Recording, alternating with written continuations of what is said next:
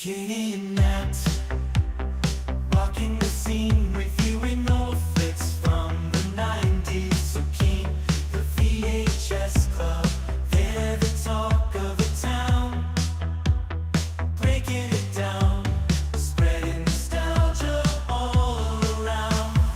Moving and grooving to the synth-pop sound. Their insight so fresh, painting pictures profound. From Pulp Fiction to Clueless, they know it all.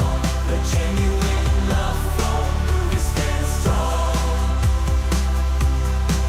Unfolding memories on that VHS screen, talking about classics like you've never seen. Katie with her charm, Matt with that wit. Together they make the VHS Club legit.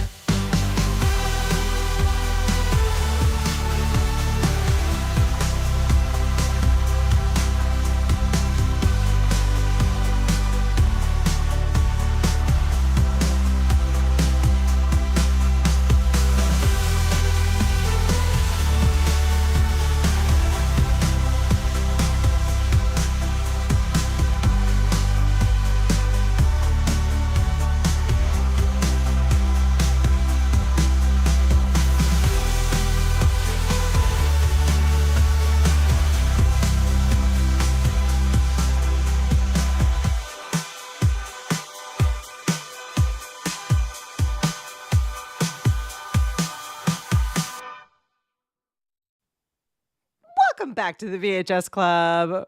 We're so glad that you're here because we were about to do the entire show behind the scenes. We were just fired up. We're fired up for Pretty in Pink. Buckle up. It's going to be a good one. I'm feeling it. How's it going, Nat? It's going good. We're here. We're in pink. We're alive. Yeah, we we're are alive. in pink. We're in pink.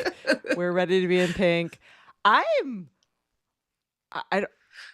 Okay, I'm so bummed Kenny we didn't start with this Kenny one. Ortega, Yeah. to continue our obsession with Kenny, did the choreography for Duckie's dance scene, and I feel like I just learned that today, and I'm both not surprised, but also more in love with Kenny Ortega. Yeah, Oh I my feel God. like the next thing we should make for our merch shop should just be like I Heart Kenny Ortega t-shirts. And then I was saying to Nat, I really think we need just an entire episode where we can just About talk Kenny. about all of the things that Kenny has done that we're like aware of and yet not aware of. And we can just be in shock. We can be like, what? Yeah. So for those of you Yeah. who didn't know, because I didn't know this until Nat sent me a text earlier today, but Kenny Ortega is the unsurprisingly to all. This should not be surprising to any of us after 100 and whatever episodes, but Kenny Ortega choreographed the infamous Duckie dance scene. So feel what you want to feel about Duckie, but that dance scene is gold and Kenny Ortega forever. So you can fight me on that. You can bring it on. Bring on the fight. I'm also in love with Duckie forever. Yeah. Always a duck fan. Yeah, I'm sorry. You have two duck men on this podcast. So if you're a team Blane, I apologize in advance. You are entitled to your feelings. They are wrong, but you are entitled to them. And we're gonna talk it out. This is iconic teen 80s movie at its best. It's John Hughes. It's Molly Ringwald. It is I think Andrew McCarthy. it's Andrew McCarthy. It's John Cryer. It is absolutely fabulous. I forgot how much I love this movie. I think that was like the first thing that I said to you. I started rewatching it. I'm like, Yeah. oh man, yeah. I've watched this 1,000,001 times, but it's been a while. And every line in this, every moment in this, I just like, yeah, so good. Just so good. How about you, Nat? It's probably been a while for you too, I imagine, right? Oh, not that No, long. Nat's like, I watched this last week. I mean, within I the have it on right past now. year for sure, but it's one I'll pop on pretty frequently. I mean, I love also James Spader. He's just You're right, so James. charismatic. Yeah. Even though so in this, he plays the villain. I mean, he often played sort of a villain-esque character in the 80s because he's just so damn good looking. The hair. It's not even just how good looking he is, of which he is absolutely good looking. He Like is. he's Yeah. not likable, and yet I might maybe team maybe I might change teams for Maybe him. Team Steph. Maybe team Steph. Maybe Team Stefan. I think in a little bit, not in a little bit. I think it is a little bit his voice, maybe his like he's got this kind His of like just overall sultry charisma. Yeah. Yep. Yeah. Yep. I think Leslie Jones, iconic comedian, SNL cast, she put it best. She's like, I love tiny, strange men. And I didn't realize this until more recently that James Spader is in fact a tiny man. I didn't like. He's apparently quite small. I mean, Leslie Jones. He was tall. 6 something. No, I mean everybody in this movie was apparently short. All right, but apparently he's a small man. He's maybe like 5'8" or something, or 5'7". Which whatever. I mean, he has the charisma that he's 6 feet. Yeah. Like he's obviously 8 feet tall. He's incredible. Everything about him is incredible. 6'7". Well, I'm with her then. There is something incredibly charming about him. All right. Okay, before we get too into it, I will you need to do Nat movie phone IMDb style plot. What is this movie about for the 9 people that have not seen it? All right. So this girl, Andie, who lives on the wrong side of the tracks, goes to a richie school, a rich kids school. She has the privilege of going to this richie school. There seems to be some sort of social program to bring kids from the other side of the tracks up to get a better education. Yep. And she obviously faces, the classic teen class wars. The class wars, the awkwardness, the different cliques. And she has this adorable, gorgeous best friend, Duckie, Philip Duckman. And it's just sort of about their struggles as teens and her falling in love with a Richie, which creates a lot of divisive moments, and her trying to figure out her place in the world and if they can both get themselves away from this classist sort of situation they're in. And prom. And it's really about prom. It's really about prom and about the dress. Like, it's an American movie. Of course it's about prom. Of course it's about prom. I love this whole, I mean, we had prom in Canada, but it's not like you see in American movies prom. or television. Yeah. It's like we always have these expectations like, oh my God, it's like prom. And then it's like, well, it's kind of not. It's really an American thing, which, jealous.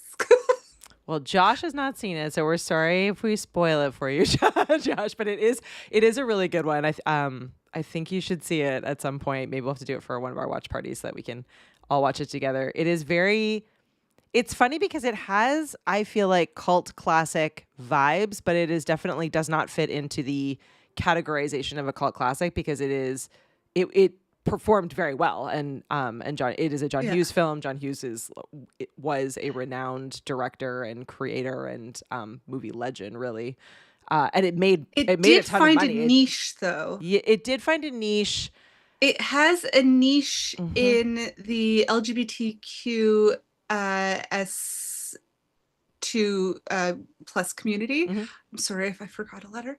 I'm also said the S2, if you don't know, is Two Spirit. It's a Canadian, well, not Canadian, Indigenous First Nations part of our lovely rainbow. Anyhow, to focus back, the LGBT community really took Duckie as like this sort of like bi icon, or even just a gay icon, even though he presents as straight in the movie. It's just, for whatever reason, he really speaks to the community, and it's a huge cult classic in that community, just for Duckie and his fashion and the way he speaks and his flamboyant character, which is kind of really, really cool because like, from everything I've seen, and it comes up a lot in interviews, and John Cryer's like, I don't even know what I did, but I'm so happy that I did it. Like, he's so funny. He's so funny about it because Molly Ringwald is very much like, oh yeah, no, he was just like Duckie is a gay character who just like was either quote unquote before his time, or we didn't admit that he was a gay character, but he was a gay character in her mind. And Yeah, John Cryer had no Cryer's idea he was a gay character. yeah, John Cryer's like, oh no, I just played him to be kind of this like quirky, like not that he argues it, but just kind of like, oh no, that's like not how, like, not what I intended, or not how I played it. I kind of like that it sits somewhere in between, because I think his character is so brilliantly created and played that I think he could be either, and that's fine. I think you and I were talking right before we jumped on. So the characters of Duckie and Andie are supposed to be like childhood best friends, right? Like they grew up not far apart from each other. He's ride or die for her. Like he's like very clearly in love with her, overtly to her face in love with her. Like everyone know. But he's also just like will do anything for her and gets her and is just an incredible friend. He supports her. She doesn't come across as being like you said before we jumped on that like you wish that like that she doesn't really come across as being as good a friend. She's really dismissive of him, and she's kind of sort of like eye rolly of him about all this, which justified. Like he is obsessive and obnoxious as well. Like he definitely crosses lines into But I kind of wish that they had done a better job of creating like a little bit more of a backstory to show a little bit more of their friendship, or of moments where like she cares a bit more. We do have the one moment where they're studying together and she's trying to help him, and that is a moment where you can tell that like she really cares and she's trying to help him, and he's kind of being dismissive of the entire thing. But we don't get a lot of their like friendship. How comfortable her father is with him. Yes. Yeah. And then when he shows up for her at prom, so Blane, the major appliance, asks her to prom, and then retracts his he wimps date out. offer. Yeah, he wimps out. And so she decides, I'm going to go to prom anyways by myself and show the Richies that they didn't put me down. Yeah. And it's this really proud moment. And then you see she gets there and she's a little nervous. And then he's waiting for her at the top of the stairs. Yeah. And you see their friendship and how happy she is that he's there. And like, you see that moment and that friendship between them. Yeah. And of course, because you and I, over the course of our lifetime, have done all the research about this movie and seen all the behind-the-scene footage and all the documentaries, because there are many. Sure are. And every John Hughes documentary talks about this movie, because it was really divisive in that the real ending to the movie is that Andie and Duckie end up together. They don't after even prom. just, what's cool about it, and what really bums me out in that this wasn't the actual ending of it is that supposedly, like obviously I've never seen the actual ending, but supposedly John Hughes' vision of the ending of this film was not even so much that they end up together, like they're in love with each other, end up together. It's this like beautiful moment where they come into prom, and it's us against the world kind of thing. Like it's the two of them together in like, it doesn't matter what the rich kids think or what the rest of the school thinks. Like we've got each other's backs. Like we are ride or die for each other. And I just think that I love a love story. I love a love story. I love a love triangle. I am like the first person to it go wasn't all necessary on a love story in this movie. But this one, I think the worst scene in this entire movie is like, okay, wait, I'm gonna back up for a second. So the scene that you just talked about, where she comes into the prom at the end. She's gone through this journey of like struggling as the poor kid. She has this like moment where she like almost is quote unquote good enough or cool enough to be in with the cool kids because of this starting relationship with Blane. Terrible name, but fair. and then he disappoints her. He chooses his own pride and his friends over her, and she still shows up for prom anyway, and Duckie is there for her, and he has that like moment where it's just like, and when everyone else lets her down, her best friend is always there for her, even after she's hurt his feelings, even after everything has gone wrong. And then they go in together and they have this like beautiful moment where like she's clearly nervous. He takes her hand. It's this like iconic moment in my movie history world. And then Blane interrupts. Blane interrupts. And like the movie has this potential me. because they changed the ending, right? Like the Yeah, test so audience apparently- wanted the ending. So they had this Yeah. moment where Blane could have like the writing in this movie could have been Blane could have come into that moment and had this like it could have been an incredible moment. And Duckie's part of that remains incredible. But instead he has this line that like starts off as being really great where he says like that he's sorry and that like and they have this, you know, this whole back and forth and then he's like it wasn't that I didn't like, you know, that I didn't believe in you. I always believed in you. So I didn't believe in myself. Great line. I'm in. But then he goes, I love you. Oh, I've always loved you. I was like, this is the saddest like declaration of love. I don't think it's necessary. They're teenagers. Like, I don't need to have that as a line. Yeah. Like, you could have left it at the other line. And B, like, it's so badly delivered. Like, I like Andrew McCarthy, but it's so badly delivered that it just feels like, oh, this is the love story that we were rooting for. Yeah. Like, it just doesn't feel like anyway, that is my platform. And I think for it's this movie. because I think it's because John Hughes was forced after Yes. the screen testing bombed. Yeah, the screen the ending, the audience which hated it. They wanted a Wild love to story. me.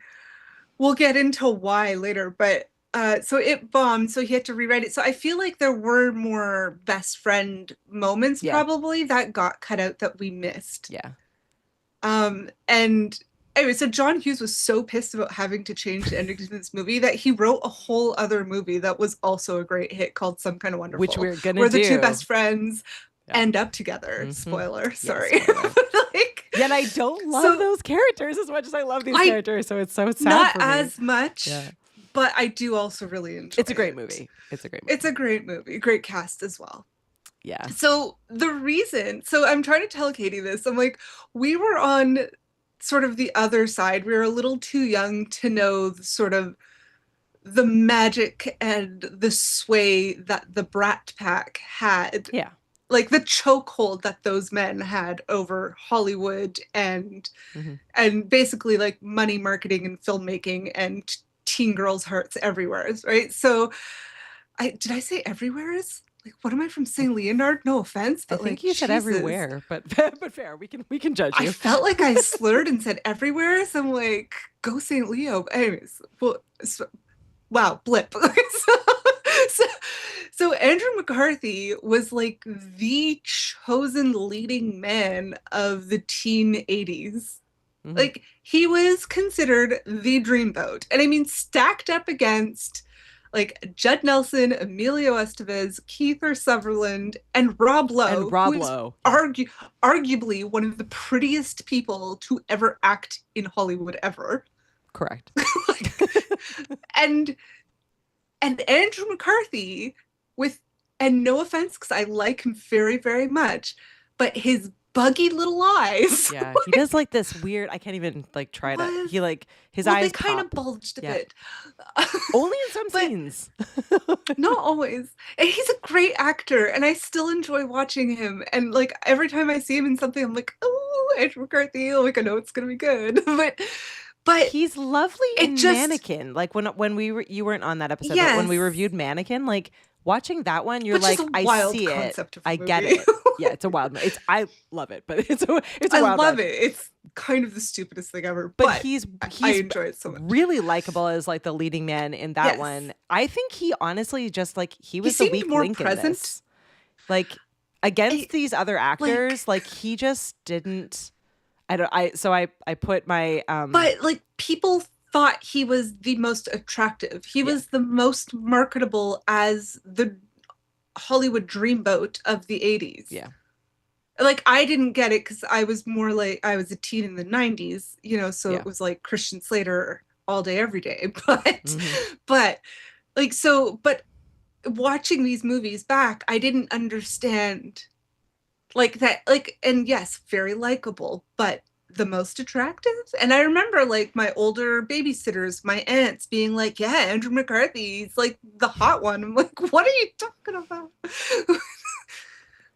Like, I have you just seen think Duckie? he has like Look at Duckie.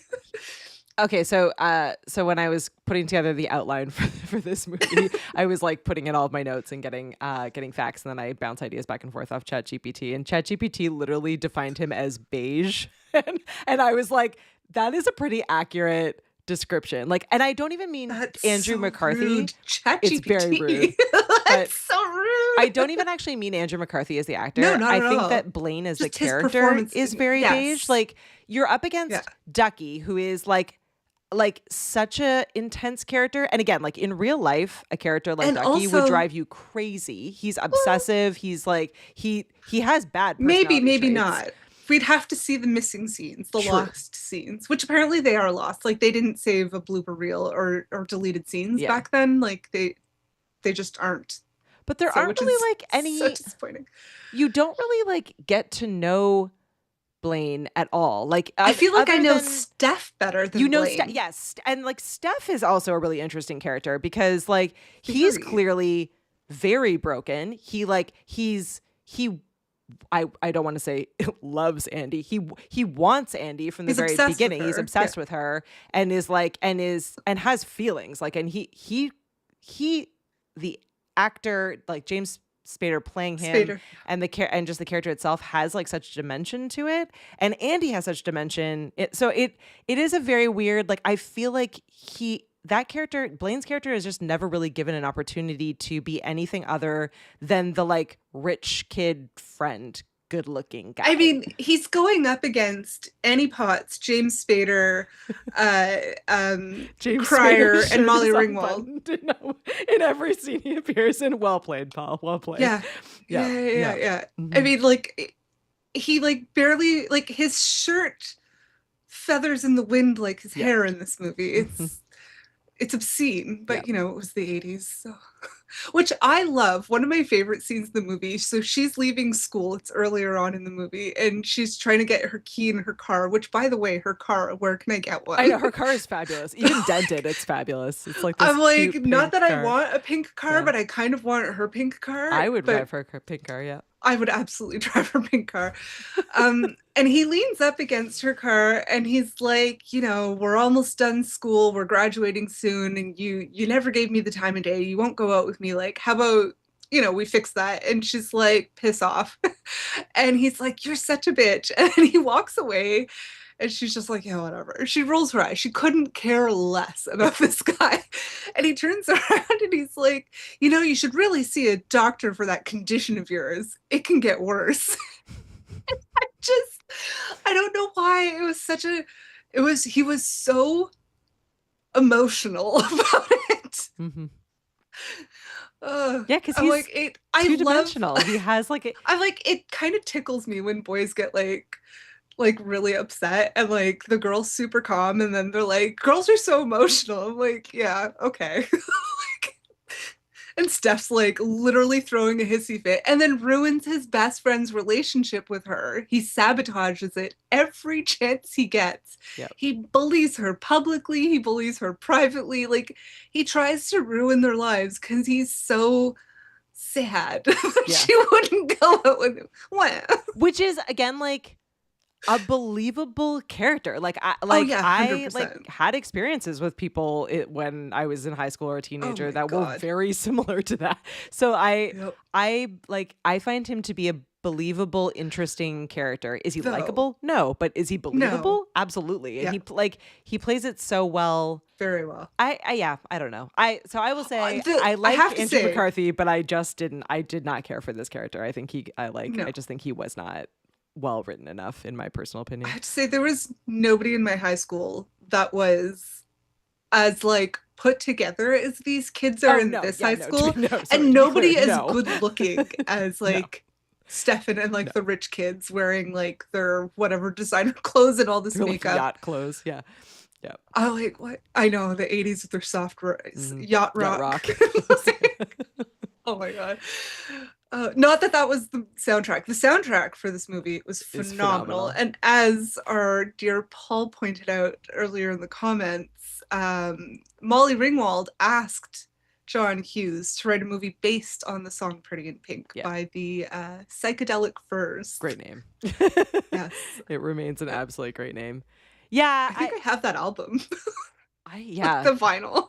that would be. I know this is one that I might actually have to buy the sound. I've been slowly collecting movie soundtracks. Oh, I mean the Psychedelic Furs, not Pretty in Pink. No. Yeah, I know you have psychedelic. Yeah. I would like to have Yeah. the. I mean, I would also Yes. take the Psychedelic Furs as well, but I just I think this would be a fun album to own. Okay, Annie Potts. Oh yeah, let's talk about her. Annie She's fabulous in Potts. this. I mean, she's fabulous in everything. So if you don't recognize her from this, she's the secretary in Ghostbusters. Yes, Which is her more recognizable role. she's But equally she fabulous.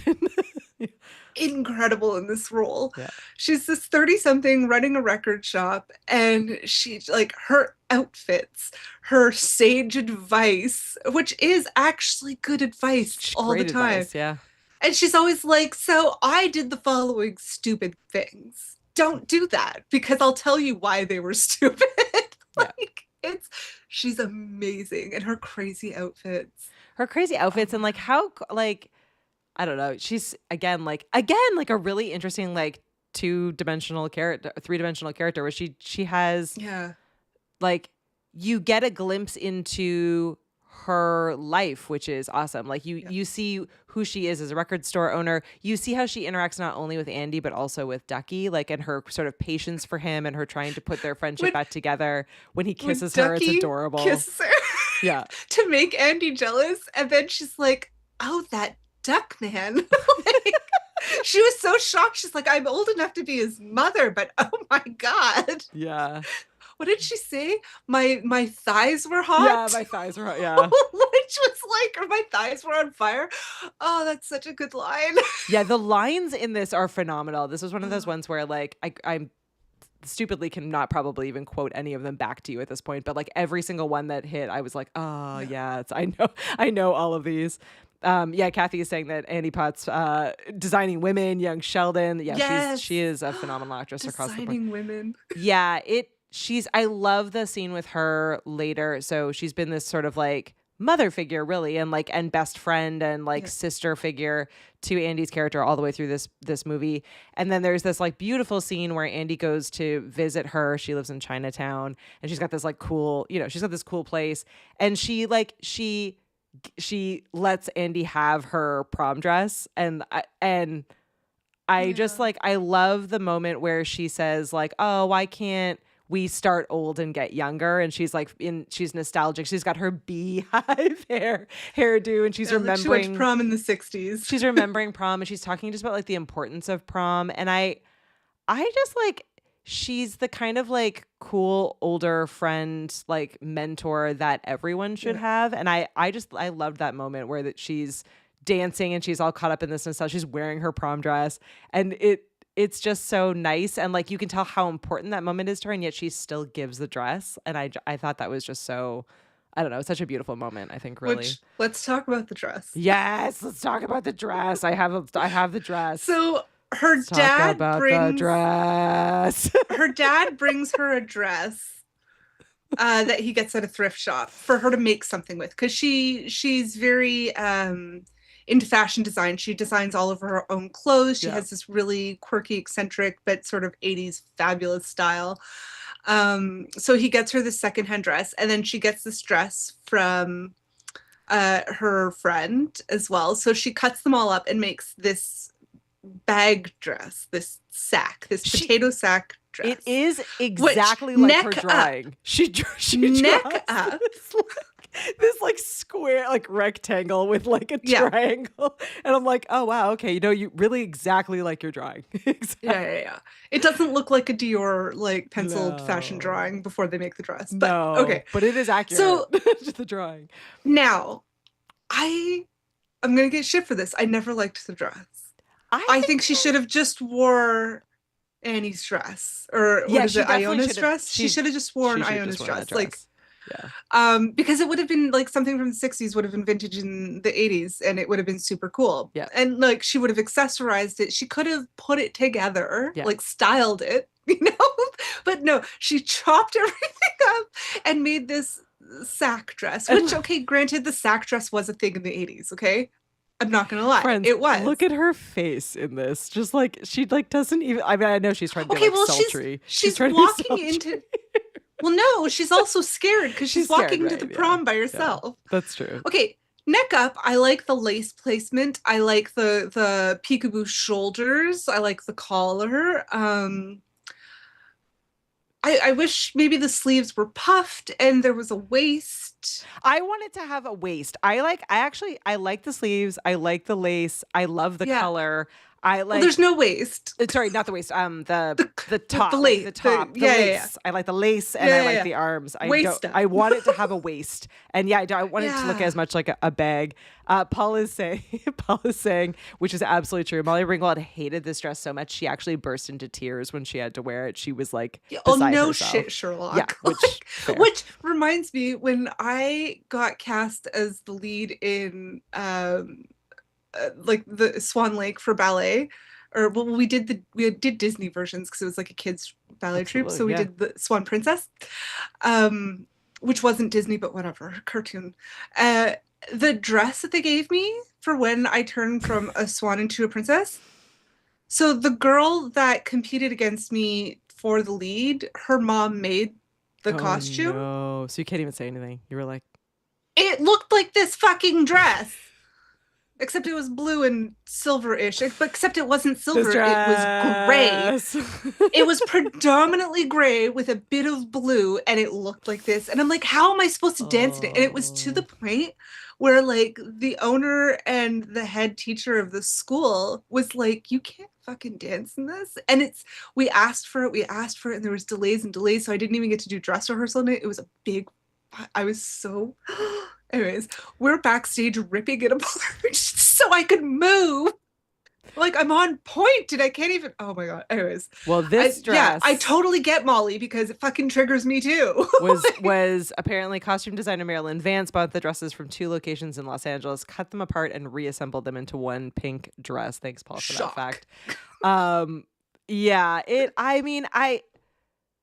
I remember, And all the fashion in this movie is so good up until this point. This huge reveal Yeah. that we have. I didn't say reveal, I said reveal. Oh my God, I'm a Drag Race hag. I'm sorry. I actually said reveal. perfect. It's absolutely perfect. Okay, but yeah, like talk about being so. I was let down as a kid, as I am I equally remember now when thinking- I saw this dress. And I mean, if anybody could pull it off, it was Molly Ringwald. She pulled it off, but like, I Jesus feel like I had Christ. every conceivable feeling about this dress. Like, I remember having moments of hating it. I still am not a fan of it I now. appreciate her creativity. But I do remember at one point liking it. I can't remember at what point I liked it. I actually don't like any of her clothes in this movie. I love Duckie's. Everything that Duckie wears and does is fabulous. I love a lot of her clothes. all of Iona's clothes. But Molly Yeah. Ringwald stuff, I don't know. You know who I love is Christina Applegate's clothes and Don't Tell Mom the Babysitter's Dead. Like all Oh, her God, fashion yes. stuff, I'm in.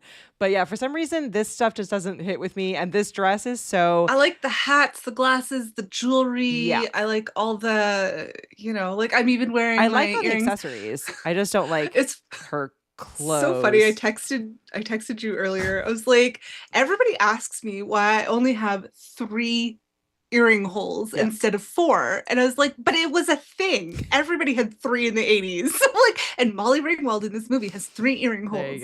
There you go. Stupid people. Like, it was totally a fashion thing back when I was a kid. And like, yeah, I got 3. And then a 4th one would just be excessive. It would be excessive. It would absolutely be. I mean, unless I excessive. put more on one side, that's okay. But I don't know. It was the 80s. Like, I had to have 3. Oh man, I am interested to know what. So I did ask. So I asked my 11-year-old what she thought of the dress because she's like a mini fashionista right now. And I was like, maybe this is back. She does like maybe the that 80s. this is back in style. Yeah, like everyone her age is like super into 80s and 90s clothes right now, which is wild. Oh God, a lot of 90s shit is back. It's Yeah.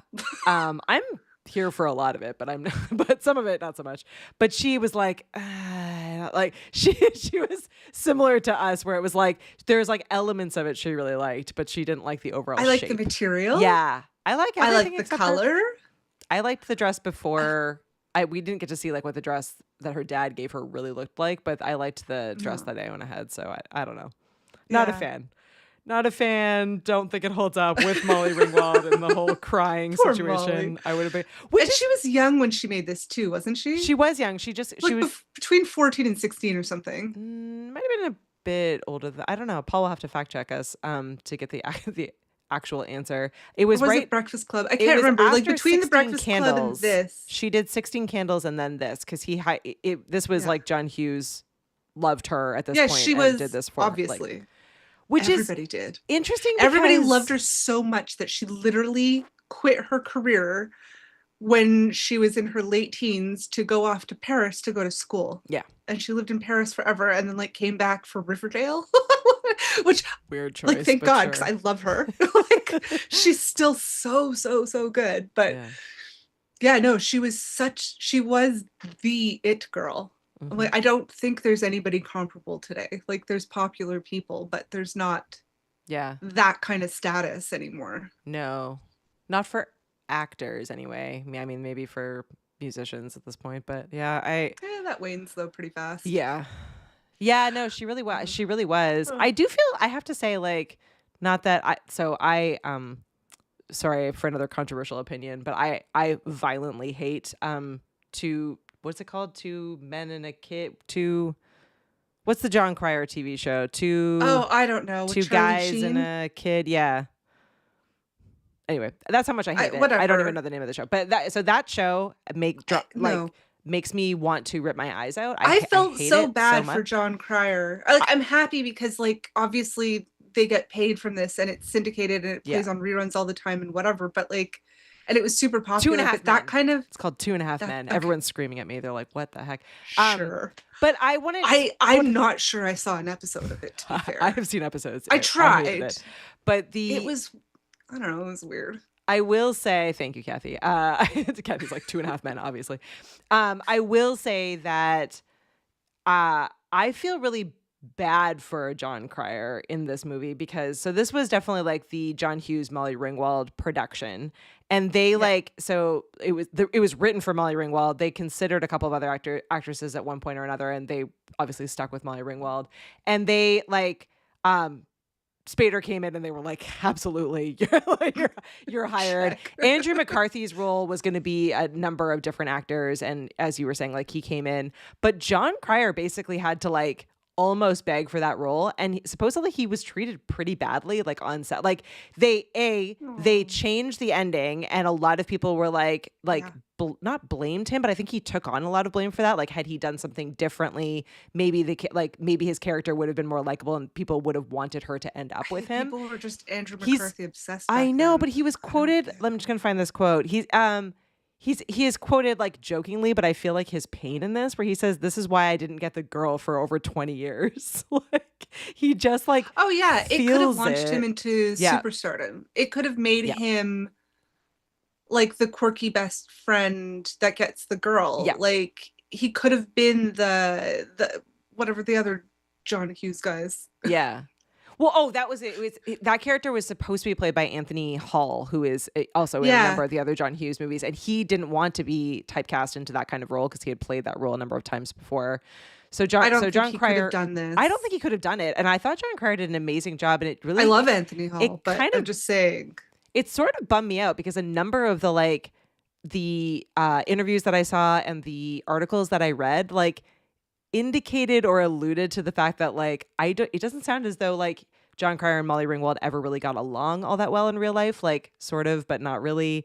And also that I don't think the rest of the cast was overly kind to him either. He was kind of like this add-on, which is such a bummer because I think really he steals the show.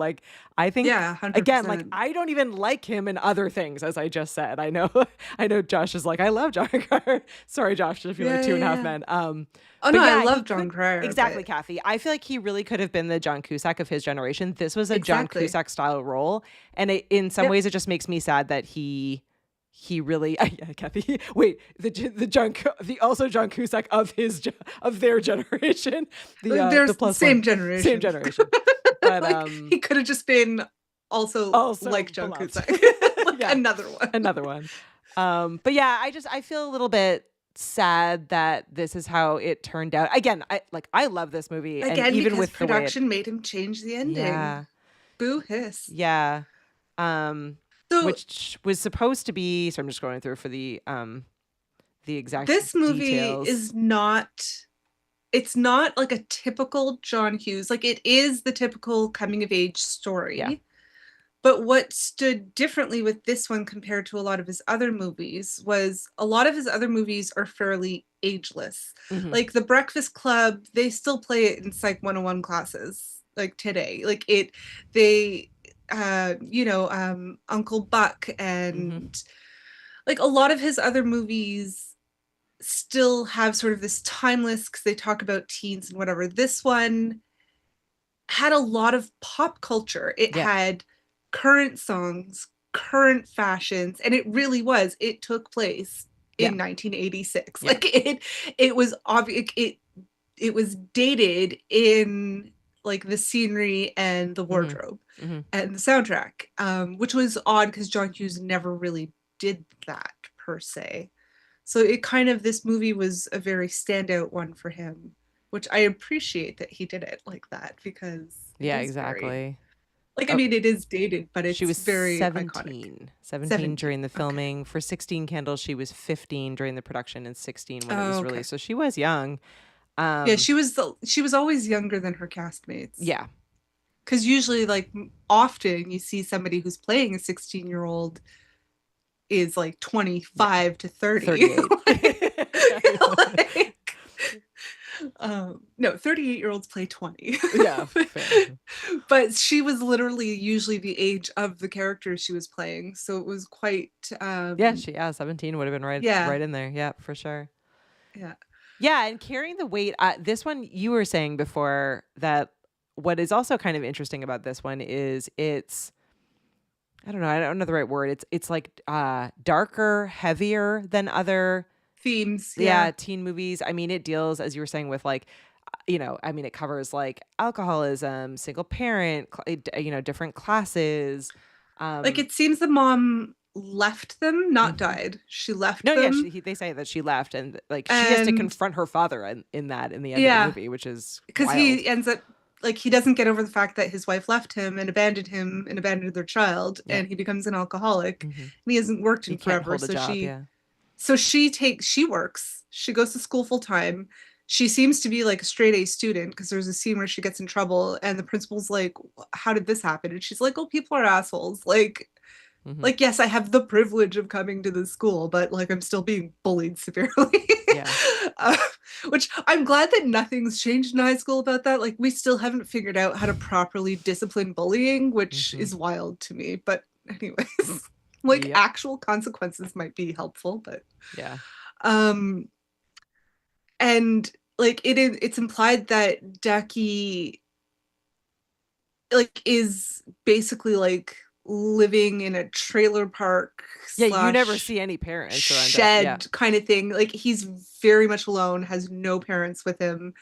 And like, so it's like these kids are really scrapping for everything that they have, and it's like the one thing that they have agency over is their fashion. Yeah. And like, so they're able to express themselves and feel like they're a part of society through their clothes, even though they are dirt freaking poor. So it's like, but it's just like, yeah, and the whole class, like the whole like Richies and poor kids. And like, she literally is like, tells Blane on their first date, like, "Oh, just drop me off by the tracks," the actual train tracks. Yeah. Like, that's so dark. Yeah, it is heavy all the way through. Like it definitely has a Yeah. lot of those heavy yeah. It's interesting. I feel like so many of these movies have like they kill off a parent, or like, the newer ones started talking about like divorced parents, but not often. There's not as many that I can think of off the top of my head where like the parent, especially the mother, has just lot of run off. Yeah, abandonment. just abandon them, which is definitely hugely heavy. And it's like the dad seems like a really nice person, and it's implied that his issues started once she left, you know, like, so it's like, wow, like what, like it's heavy. It's Yeah. heavy. It's heavy. Yeah. Now I have the line in my head where he's not going to ride his bike by your house anymore. So sorry to follow up the heavy moment with that. Oh, yeah. Duckie, yeah. Why doesn't Blane stand up for her? I don't understand. Like Duckie does. Duckie does multiple times. And then, so at prom, so Steph still tries to interfere. Yeah. And finally, Blane has some semblance of backbone and is like, just shut up, Steph. Just shut up. But And at then he that goes point, to talk Duckie to has them. already beaten up Blane and and done every No, other Blane thing. had a physical altercation with Steph because he realized, and that's why he forgave Blane. Yeah. So he's the bigger person at prom. Blane goes to shake his hand, like, I guess, boy apology of the 80s. And he at first he's like, laughs at him, like, you're a fucking joke. Like, you're the joke. Why should I forgive you? And then he does for Andie's sake. Yeah. And he shakes his hand and it's like, it's cool. Like, we're good. But like, he knows that Steph was really truly to blame for all the stuff that went wrong in their breakup and everything. Yeah. And he literally beat the shit out of the guy for her. Yeah. Like, Team Duckie. Yeah. Daryl is here and he's sad that he missed most of the show because he wanted to talk about Duckie's entire lip sync. Good news, Daryl. We have not yet talked about that in detail. So you're in good time. Let's bring it on. We did sort of. Because Kenny Ortega choreographed it. Oh, and I Our need to scroll back, beloved Nat, Kenny. because I almost missed an absolutely incredible comment from Val. Hopefully she's still here. I scrolled by and I wanted to wait till we were coming back around it. Val said, so wait, Daryl, let us update you that we just realized that Kenny Ortega, our new BFF, who we love more than anything, choreographed the entire dance scene with Duckie, which is both obvious and also makes us really happy. And then Val said earlier tonight, I was sitting around talking with Kenny on a show we were doing and had no idea who he was. Val, you need to go home. Well, she is at home. Yeah, you need to turn this off. You've made us upset. No, just kidding. Val, I'm obsessed with you. Yeah, you're the best. That's How are you iconic. the coolest? That is totally It's iconic. like, How are you the iconic? you're just like, yeah, this guy Kenny, he was nice. Okay, well, next time, Val. I would probably be a blubbering mess. Yeah, we like, would just I be think ugly I would crying. have a Yeah. combo ugly cry, anxiety, panic attack. And I just, overstimulation would not be able to handle it. Like, I would just like, Yeah. All right, well, Val, when we make VHS Club I Love Kenny Ortega t-shirts, we'll send you one. And then the next time you see him, you can on the just back for Val's, Yeah. it'll say, I don't know who he don't know is. who Or, you I are." don't know him. Yeah. I don't know him. I don't even know why I'm here today.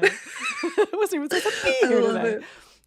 Yeah. Well, the dance scene is everything. I could watch that over and over and over again. Like, it can't even possibly How do be you my not favorite. fall in love with him? True. A, how do you not fall in love with him? B, it can't even possibly be anyone's like favorite scene in this movie because honestly, like it just stands like it's like a mini movie in like it could totally stand by itself and you would be like everything about this. Like Yeah. you can't even have it as a favorite scene. It's above It is my a favorite favorite scene. scene. Like it's like that like it can't, I don't know. Yeah, it's just incredible. If you don't know for Josh and Val who haven't seen this movie, please just look up it like on YouTube after this. Look up Duckie Pretty in Pink dance scene. So there's just this moment where Andie works at a record They're shop. closing the record shop. They're closing the record shop. So it's just Andie, her boss, who we've talked about, Iona, who's incredible. And Duckie slides in. He's wearing these incredible shoes that are like, which apparently he lent to a Planet Hollywood and never got back. So he's super angry about it. But anyway, he's wearing these incredible shoes that Paul said earlier were way too tight on him and like caused a whole bunch of issues. And he brings like 125% presence. Like he slides in, he's lip singing, he's dancing, he's like all out everything. And somehow both Molly Ringwald, like they both just stand there straight face, which I don't even know how that's possible. And they like the fact that they were able to do that entire take with being able to pull that off is crazy to me. He goes like upstairs, downstairs. He's all in. Like he's just all in with all of it. And it is fabulous. There are spins, there are kicks, Yeah. there are lifts. And then he comes back at the end, like back down to them, and he's winded. Like he's just been giving it his all. Yeah. And they just go about like the next scene into the conversation, and it's like just Iona fabulous. continues closing the cash out. Yeah. It's just like an everyday thing. You're like, oh yeah, that's just what Duckie does. And if anybody's wondering why I did this motion when I said closing the cash out, it's because we used to have like actual like tick tape calculators to do that. Yeah. Kenny was very nice. You made our day, Val. The fact that Kenny is nice that warms my heart. Makes it even better. Yeah. And I'm just gonna push it one more time, like for the millionth time. The one show that upset me the most being canceled due to COVID was Julie and the Phantoms on Netflix, which was a musical dance show. High school show, yeah. A high school show by Kenny Ortega. It was fabulous. In the words of Stefan from SNL, it had everything. Ghosts, dance numbers, Kenny Ortega, 90s boy bands. Yeah, exactly. Exactly. Yeah, it was fabulous. I have seen that. What is it, so Richard many Applebaum? times. Oh, so good. So good. Yeah. Oh my gosh. God. Yes, Daryl, exactly. Annie Potts forever. Both Annie and Molly stood there, totally straight faced. And I don't even know it's like how he pulls himself up on the counter, okay, where Iona's checking out the cash, and she just sort of like doesn't even raise her head. He is singing in her actual face, and she just kind of looks up through her eyelashes at him and is like, It's fabulous. Like, gets back to it. Oh god, it's so good. So good. It's so good. And then he also has one of my favorite lines where he makes fun of Blane's name, and Blane, what is that, a major appliance? I just love it because I'm married to a Dane, and so I used to make fun of that name all the time. Blane, which is just one of those names that is easy to make fun of. We've convinced Josh to at least watch this. It'll make you. Yeah, I know you've had a long week, so I feel like when you're ready for this, Josh, this is your moment of zen. You can watch this scene. It's absolutely incredible. The music is fabulous. It's just pure joy. Yeah, exactly. Daryl saying would love to see the outtakes. Blane has one redeeming quality to me. All right, bring it. Okay, so he goes into the record shop, buys a terrible record, like one that obviously a teenager is not going to be interested in. I can't remember what it was, but it was some sort of like crooner kind of. And he asks her like, is this a good one? And she's like, yeah, it's fire. So he buys it. Okay. And then his friend Steph shows up. So they leave, and he doesn't have the opportunity / kind of chickens out to ask her out. You see that he's building up to it. So then the next day at school, they're in the library and they're on their computers. And yes, we had computers in the 80s, but they were MS-DOS. And he sends her this message, like direct messaging, which, okay, I'm saying it like it means something special. It does, because it was the 80s. We didn't have Messenger. We didn't have apps. Texting on a computer from the 80s. But like you had to essentially hack the other computer to link to it, to talk to it. Like they weren't wired together. Like, anyways, and this is all on landline. Okay, this is dial up, and like, and then he sends her an image of her and an image of him, like, and it's all like, do you know who I am? And he's like, picture of her. And then she's like, do you know who you are? And then it twists around and falls on the other side, a picture of him. And then he's sitting across from her. The fact that he was able to code something to do that is fucking wild. This kid was a genius in the 80s. That was a selling point. I feel like if he had played that up more and been like just a tiny bit braver and more supportive of her, I would have been all in. I think all of that is a product of they weren't supposed to. So we lost out on Andie ducking. Andie Duckie moments. We probably lost some due to the edit. And then we probably lost a little more like shaping of Blane's character because he wasn't supposed to be the end goal. You know, like, so it wasn't written like he wasn't more than two-dimensional because he wasn't meant to be more than two-dimensional. That's actually was still a really raging valid success. Point. Yeah, it's So true. it's like Andrew McCarthy did what he could with a character that wasn't supposed to really be the character that he ended up being. I mean, this movie was no mannequin, you guys. So he really, he tried his best. Mannequin, the movie where an ancient Egyptian Don't make fun of pharaoh's Mannequin. daughter This is an epic movie. comes back to life in a mannequin in a department store and is all powerful. It's Yeah. like, I'm gonna date this guy. Exactly. Fab. It's That's such what a you do? fabulous movie. Oh my god, It's I so love that good. movie It's so so much. good. I mock it, but I love Oh, it. it's so good. Oh, now I need to rewatch this. Wait till we cover Solar Babies. You guys are gonna be like, what is this movie and why? I And also, know. I'm obsessed. We need to. Paul is reminding us that the Macintosh came out in 1984. Thanks, Paul. Yes. Yes. I actually didn't know this, and I should have known this in the research. But yeah, the Ducky dance, quote unquote, was part of John Cryer's audition process. Can you imagine? He almost didn't Well, get that's this why he got the role, part. and then he gave that his all. That's so crazy. I just He gave that performance, and they're like, maybe. yeah, yes. I mean, and he was unknown. I mean, they could have given He that was role unknown, to yeah. any of they the wanted Brat to give it to Packers, Robert Downey Jr., which I can't. I like him, and I still Okay. can't wrap my head around what that would have been like.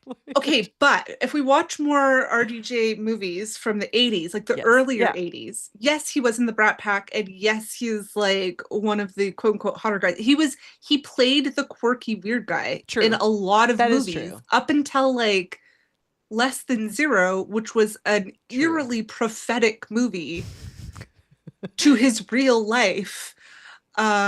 Which we should do that one. Andrew McCarthy, Jamie Gertz, and Robert Downey Jr. So good.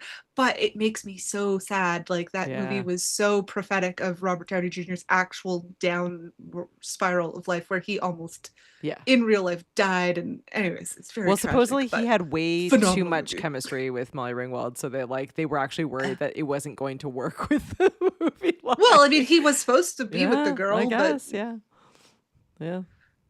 no, he would be the only acceptable person other than John Cryer, though I would never replace John Cryer. Yeah. But I could picture 80s Robert Downey doing that. Mm-hmm. I could.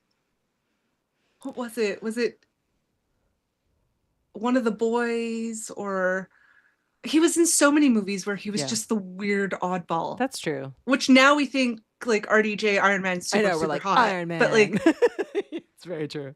but he was the weird quirky guy. Also buggy-eyed in the 80s. Yeah, that's true too. Yeah, Maybe it was a thing. yeah. Maybe it was an acting technique that everyone loved, and I'm the only one that's just what's happening here?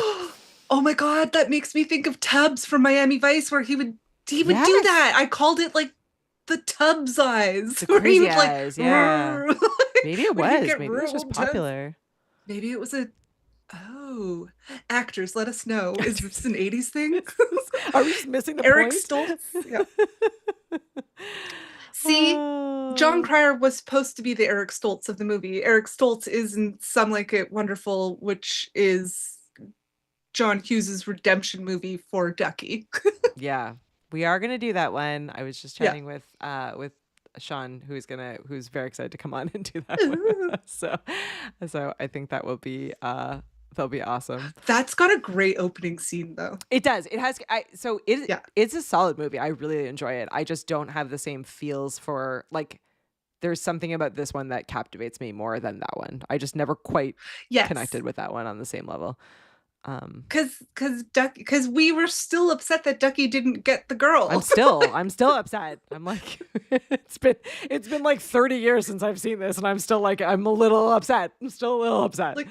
Tater Tots, can you tell that we love Ducky? Yeah, I know. We're sorry. This is a very biased movie review. We apologize. Ducky's not even a hear me out kind of crush. No. It's just a flat out, I love the weird, quirky, geeky guy. That's it. Yeah. Oh, well, the one that makes you laugh, the one who does the crazy dance, the ride or die guy.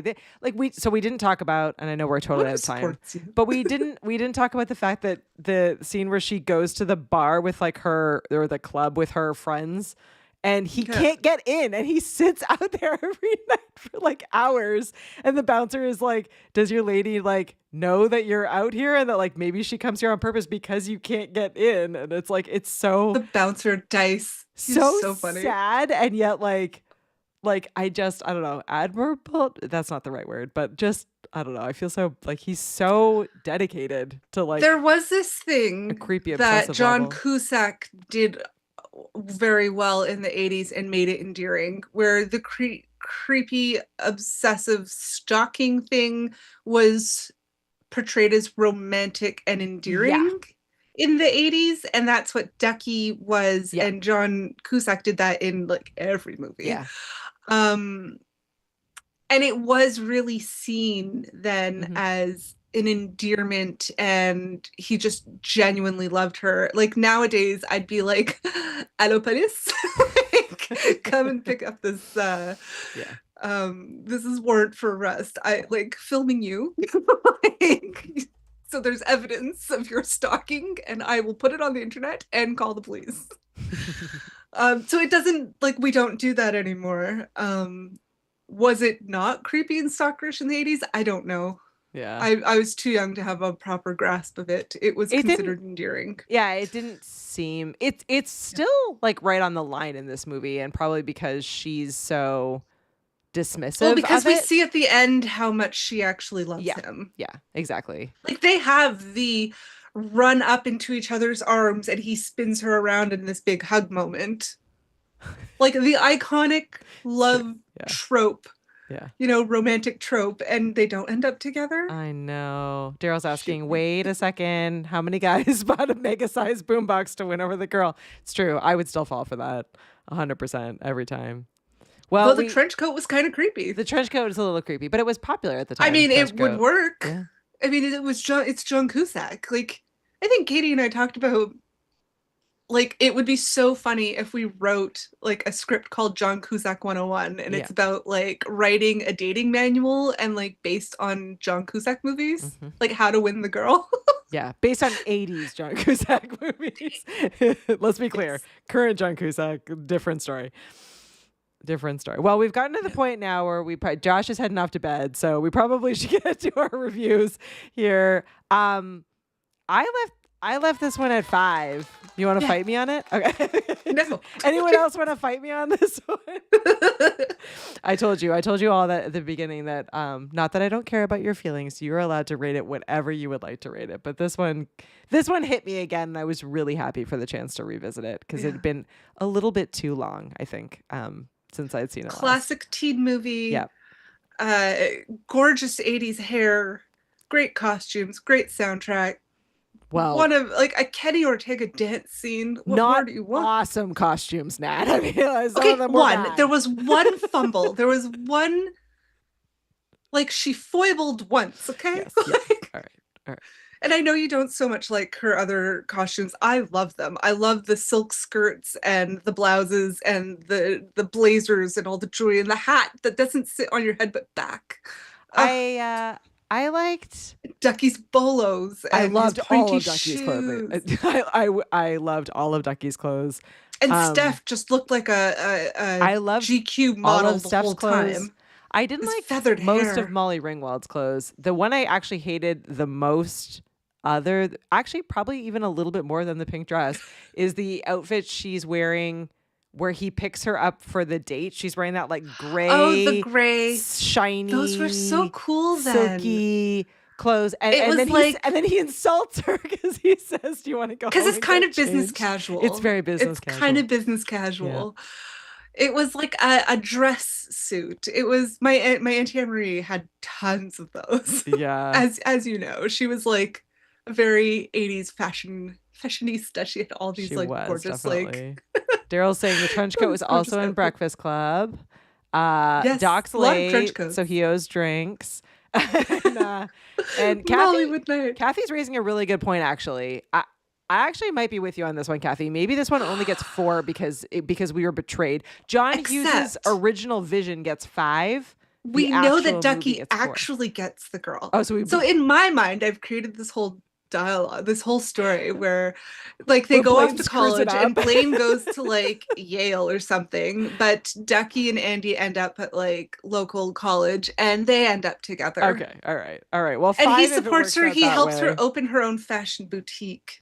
4 otherwise. Daryl's got 5 pink flamingos. Paul has 4 blue or maybe pink dresses.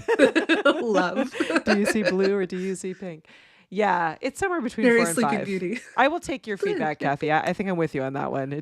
You're right. It did not work out Yeah. exactly how we wanted it to work out, but close. But we still love it. Very, It's such a very good close. one. Such a fun rewatch for us. This was a fun rewatch. Thank you to all of you for humoring us and letting us dive back into this one. This one was super fun. Next week is Thanksgiving. We haven't yet decided whether or not we're doing an episode, but probably. So we will be in touch. Let us know if you'll be around, like in the comments for Thanksgiving. Do people 'cause want to if you're watch a not- Thanksgiving episode? You know, we might do Yeah. it anyway. We'll see. We're consider us a hard maybe. We do you say gonna that be we're here like- most Thursdays. So Are you gonna be like too turkey drunk to like, yeah. or like dealing with family? Maybe you need a Holidays break drunk. after all of that. Maybe we need a break after all of that. So yeah, consider us a strong maybe for that. And then the following week, we're celebrating Josh's birthday with an anniversary edition of Toy Story, which I think will be really fun. And then we're jumping Haven't into seen that since it came out. Exactly. It's been a while. So I think it'll be a really fun round. And then other updates, we really appreciate everyone who has been on our newsletter, letting us know what nights work best for Watch Party. And I think we've hopefully maybe solved a few of the cast issues. So we're using an app called Cast. So if you don't know, if you want to be in the watch party and you have no idea how that app works, definitely send us an email. We're happy to walk you through it and get you up and running in that. But yeah, I think, continuing to do lots of fun stuff. Oh, we opened up what was it called? Letterboxd account. So now you can visually see our to be watched list. So that's very exciting for us. Now we can rate movies in one other place. So we can maybe put our potato ratings in there as well, which should be, I think, a lot of fun. But yeah, Kathy's with 4 pink hearts. Solid. Love. Oh, well, thank you, Nat, for choosing this one. And yeah, we will hopefully see you next week, if not the following week, for Toy Story and maybe a watch party coming up here soon. We'll have to pick our next movie to watch. Sounds good. Sounds good. Good We'll night. see you next time. Bye, everyone. Kitty and Nat walking the scene.